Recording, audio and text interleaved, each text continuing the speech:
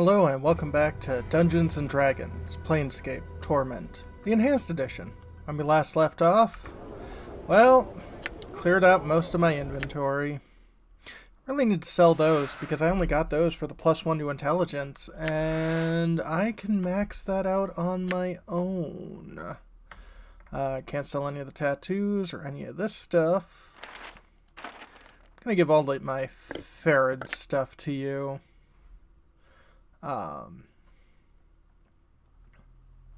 That's unusable by thieves. But yeah.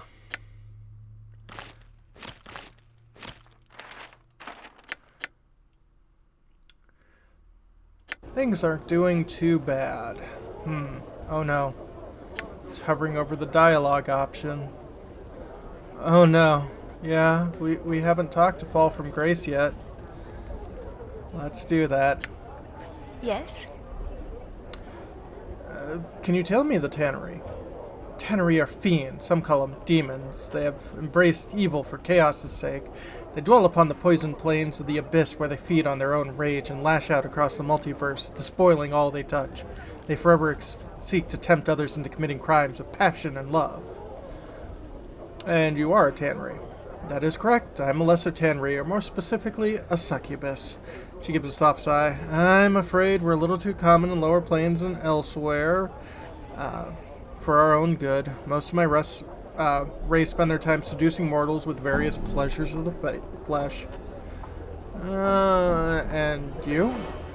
I'd like to think I've distanced myself from that. It's ultimately a trivial and not productive way to spend one's time here in the multiverse. There's so much more to life, wouldn't you agree? Perhaps so. Can I ask you some other questions? Yes. How'd you come by the name Fall from Grace? Meaning of names is a complicated subject. There's much to be said and a great deal that is better left unsaid. Is Fall from Grace your real name? Perhaps, she smiled slightly, perhaps not. There are names which are given and names which are earned. Who is to say which is the real one?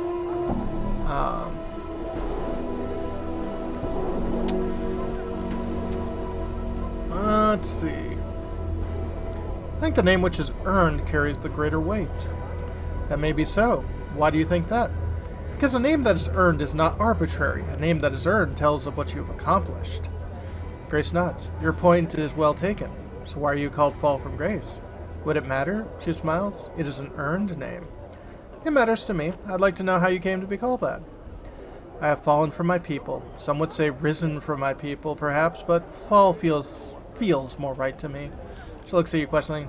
Does that make sense? Yes, it does. After all, fall carries with it an underlying sense of loss. Fall from Grace is silent for a moment, then nods thoughtfully. Yes, perhaps that's why I felt as it did. I came to terms with the loss long ago, but the name has remained.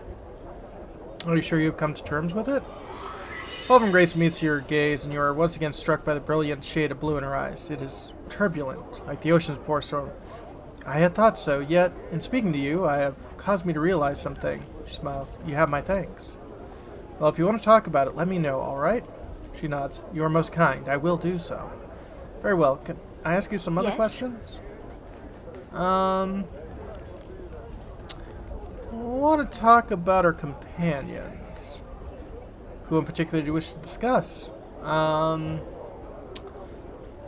do you know about Dakan here? Dakan? Grace raised her eyebrow. He's most uncommon for a Gisrathi. Really? In what way? Well, he obeys you. That alone would mark him a pariah among his people. His entire race were once slaves, and even the reminder of servitude is distasteful. Yes, he made a promise to me long ago to serve me until I died. It was after I saved his life, and he did not know I was immortal. Truly, as a Githrathi, he must be suffering indeed. How did you save his life? After he fell from Sherlock Tor, one of my previous incarnations came to him. As he lay dying in limbo, he gave him the unbroken circle of Zerthamon, the religious text he has. If I may ask, do you know why the incarnation saved his life? I think I saved him because of his Karach blade. Curious. Fall from Grace is silent for a moment. You know, a blade that reflects the will of the wielder is a potent weapon if the wielder knows himself. Perhaps that's why I saved him. Is there anything else you can tell me of Dakan? Archon approaches everything in an orderly fashion. Again, most curious from a Gisrathi, they tend to be unpredictable. They follow their impulses rather than a plan. Anything else? Seems a most pious Gisrathi and a steadfast ally. That he is. I want to talk to you about someone else. Who in particular? How about Anna? She is strong and capable, and she's quite passionate. I almost wish I had met her long ago and asked her to come to the brothel. Perhaps when things might have been different. Grace studies you for a moment. What do you think with her?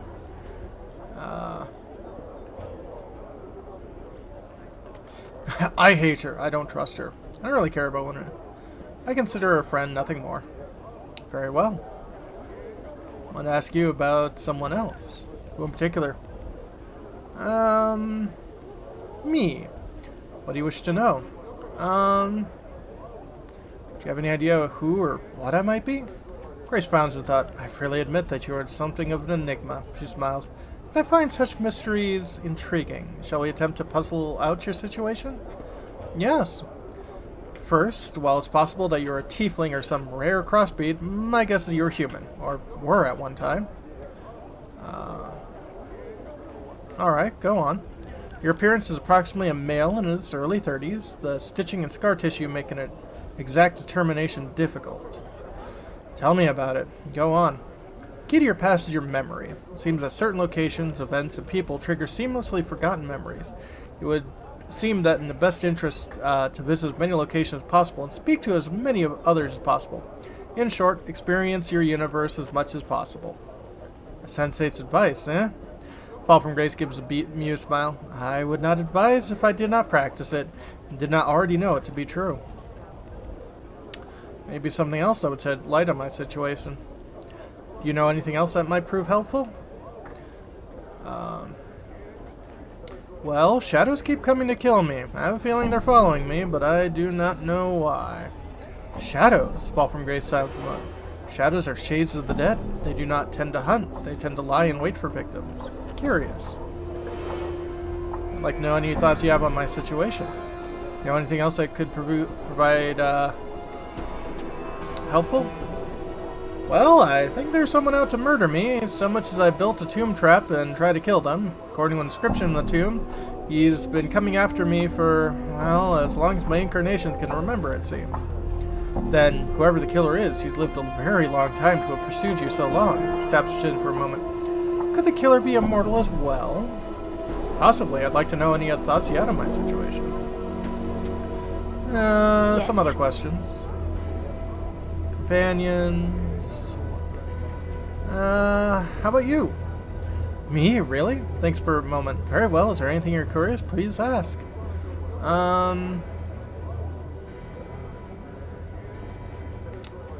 Yeah, how about someone else? Morte. Morte is most peculiar. I've seen a great deal in my life, but nothing quite like him. He behaves somewhat like a mimir. Granted, there's no denying that he's knowledgeable, but he has a certain... She sniffs the air and wrinkles her nose. Batorian smell about him. Batorian smell? Yes, and he's not a Bezetu, at least any variety I've encountered. Smell alone, however, makes me treat the skull with caution. What do you mean when you say Betesu and Batorian? My apologies. Bezor is one of the outer planes, the home of a race of fiends called the Bezetu. They are evil creatures, yet they are organized and lawful in many of their behaviors. Some might call them devils. They believe in contracts and hierarchy. In many ways, they are like evil bureaucrats. You were saying about a mimir earlier. Mimirs are encyclopedias of knowledge. Their owner may ask them questions. And if they possess knowledge, they will inform the user of what it knows. And Morte is a mimir. I don't believe so. Morte lacks the silvery metal that mimirs customarily have, and he seems to have an attitude of his own. Such qualities are not present in conventional mimirs. Grace shrugs silently. He may be one, but it's unlikely that any that I've encountered. Yeah, I don't believe Morte's a mimir either. Perhaps there's something to test to verify his authenticity, but it would not do you, but I would not do one if you value him as a friend. If you do, then you must accept what he has told you. Alright. Mimir. I believe Morte's a Mimir. That's enough to be said on the subject. Move out then. What's up? Hey, what's eating you, Chief?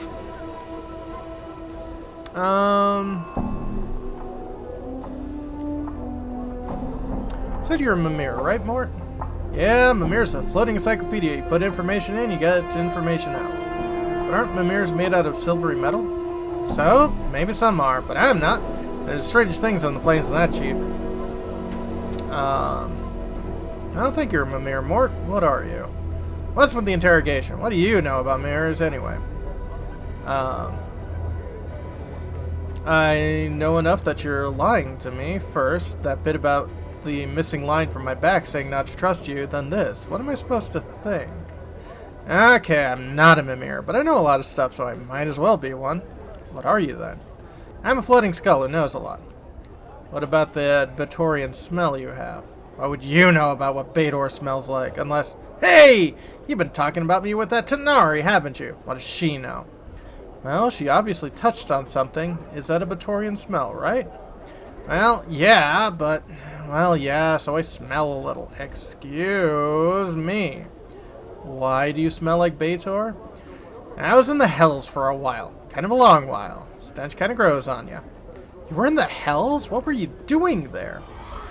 You see, there's this pillar on Avernus, the first layer of Bator. It's called the Pillar of Skulls, but it's more like a pillar of heads. Here's some of the bashers tell it. It's supposedly made of the heads of the Burks, mostly sages and scholars, who use their knowledge of this and knowing what, when they were alive, to stretch the truth a little, so much that they might have ended up hurt or killed by someone doing it. Well, when I died, I ended up there. Funny, eh? Not really. Mort goes silent for a moment. Yeah, you're right. It's not funny at all. You see, I think there was a lot of things that, when I was alive, and maybe I did know something, I didn't always tell the truth about it. Thinking that's, when I bent the truth once or twice, that might have led to someone getting penned in the dead book sooner than they should have been. It was me, wasn't it? Or looks at you for a moment. Yeah, I can't say I know, or how I know, Chief, but I think so. I think you were the one who got me sent there. Last twig in the bundle before the whole load snaps. Thing is, I can't remember what happened. I don't even remember being human, or what my life was like before I woke up in the pillar. Why'd you forget? Yeah, it's pretty much the way of things when you die. I'm sure you're no stranger to it. You just forget. I figure I wasn't a sterling member of the community when I was alive, but hell's who is? Mort sighs. It's just I can't help it. Nothing worse than being honest all the time.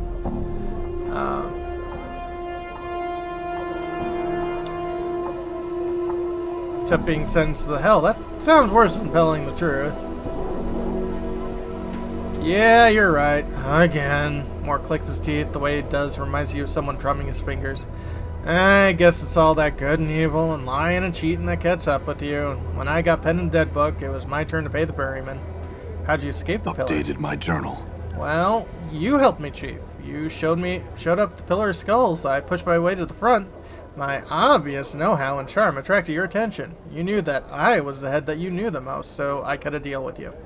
A deal. As Mort speaks, your vision seems to bleed in a fiery red. You hear a howling, horrible, screaming tower of voices, chittering, screeching, hammering, all of them begging, screaming to be freed. And Mort's voice, faint, almost lost in the horde, sounds desperate, frightened, and pathetically, tragically lost. You, skull, speak. Howling voices fall silent. You watch the tiny red-lined skulls that its cracked features cast in a hellish light, turn its eye ups on you. Blood and ichor streamed across his feature, and his teeth clatter as if cold. I can help you. I know what you seek. All these heads, all of them knowing. Just please, I beg you, free me. Let me help you. I'll tell you everything. Everything.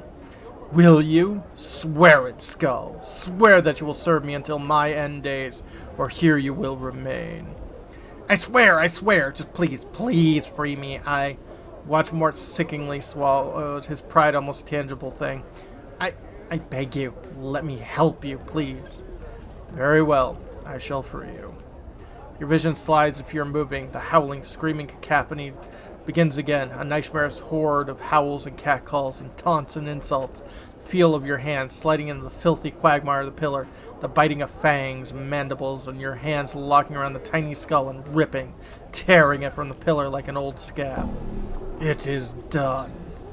Look down at the bloody skull in your scarred hands, its eyes covered in ichor from the pillar, and in its teeth chatter once, twice. It reminds you of a wailing newborn, helpless, in the eyes of the man you once were.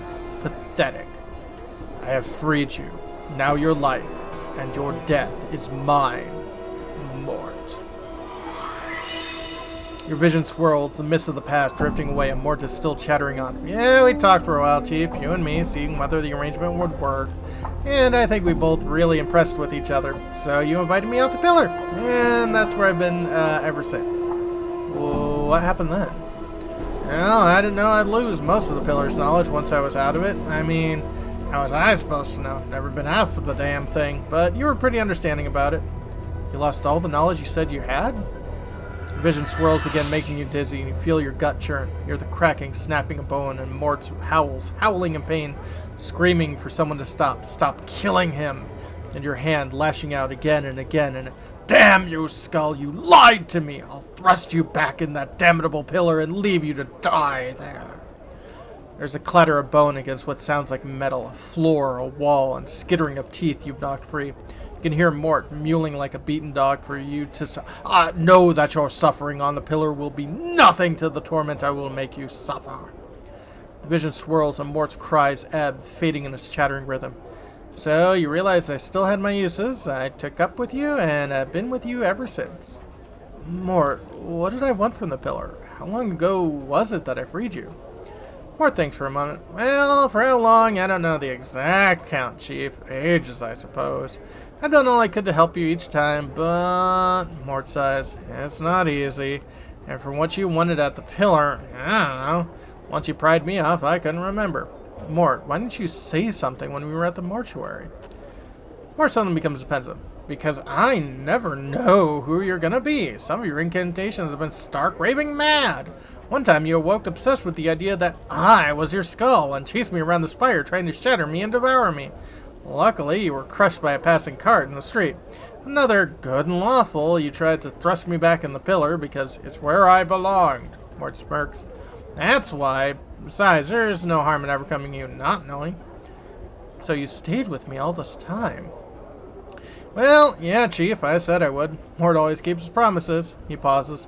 Well, most of them. There's this one chit on Aboria who realized that Morte's tone has changed. Past the joke, you realize he's trying to hide something. Something about why he's with you. Morte, seriously, why are you still traveling with me? Chief, I said it's because I promised, alright? He looks irritated. What else could it be? I don't know, you didn't need to stick around after I freed you. Well, of course not, Chief, but Suddenly his tone strikes a chord in you, and you know why he's remained with you all this time. You feel guilty because you led me to my death long ago, isn't it? And you've been suffering ever since. Come on, Chief. Me feel guilty? I'm Morte. No, I think that's it. When I came to free you from the fate you deserved, you couldn't help but try to help me. And when you could have left after I freed you, you remained because you felt indebted. Morte's silent for a moment, looking at you. Maybe. You know what's funny? First I didn't know what the feeling was, but slowly eats at you, you know? I mean, at first thought it was a side effect of enchantment. They bound to me, and after a couple 100 years, I realized it was more than that. Something deeper. I just felt drawn, connected to you. Maybe, somehow. Maybe it's all your suffering, Chief, your torment. I don't know. Maybe I felt... I don't know, responsible for whatever I did. What if something I did brought you to this state?